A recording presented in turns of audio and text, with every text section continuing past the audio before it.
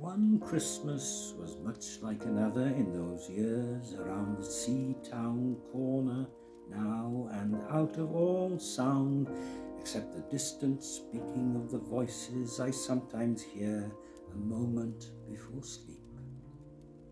That I can never remember whether it snowed for 6 days and 6 nights when I was 12, or whether it snowed for 12 days and 12 nights when I was 6.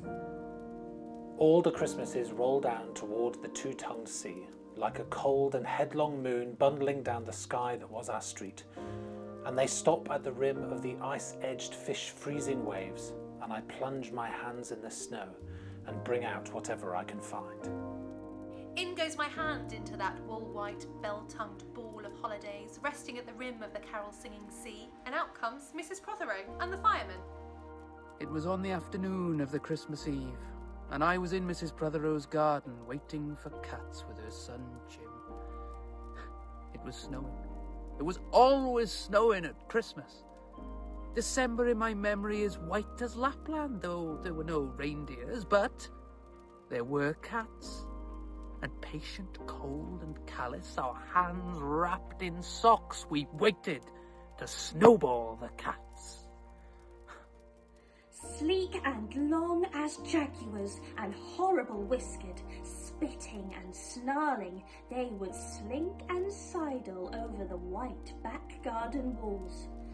And the lynx-eyed hunters, Jim and I, fur-capped and moccasined trappers from Hudson Bay, off Mumbles Road, would hurl our deadly snowballs at the green of their eyes.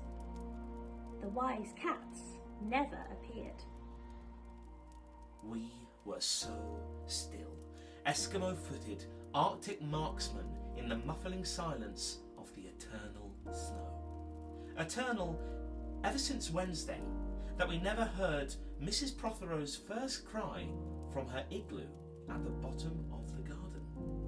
Or if we heard it at all, it was to us like the far-off challenge of our enemy and prey, the neighbour's polar cat. But soon the voices grew louder.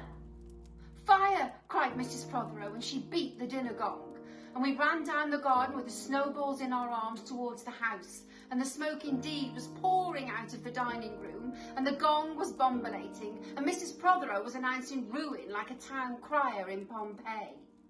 This was better than all the cats in Wales standing on the wall in a row. We bounded into the house laden with snowballs and stopped at the open door of the smoke-filled room. And I remember that we went singing carols once, when there wasn't the shaving of a moon to light the flying streets. At the end of a long road was a drive that led to a large house, and we stumbled up the darkness of the drive that night, each one of us afraid, each one holding a stone in his hand in case, and all of us too brave to say a word. The wind through the trees made noises, as of old and unpleasant, maybe web-footed men wheezing in caves. We reached the black bulk of the house. What should we give them?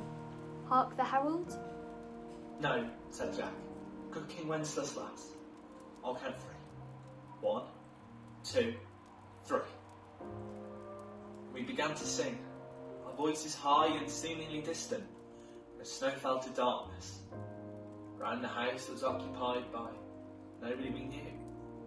We stood close together, near the dark door. Good King Wenceslas looked out on the feast of Stephen, and then a small, dry voice, like the voice of someone who has not spoken for a long time, joined our singing. A small, dry, eggshell voice from the other side of the door. A small, dry voice through the keyhole.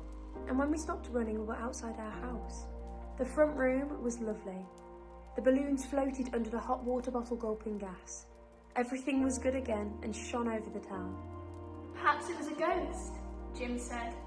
Perhaps it was trolls, Dan said, who was always reading.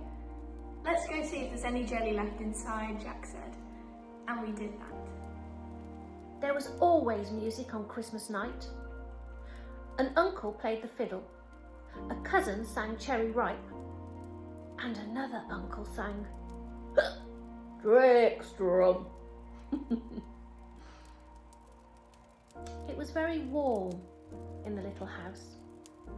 Auntie Hannah, who had got onto the parsnip wine, sang a song about bleeding hearts and death, and then another in which she said her heart was like a bird's nest, and then everybody laughed again, and then I went to bed.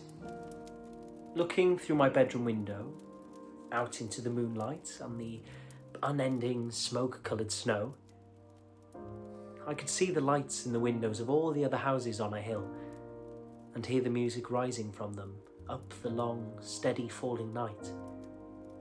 I turned the gas down. I got into bed. I said some words to the close and holy darkness, and then I slept.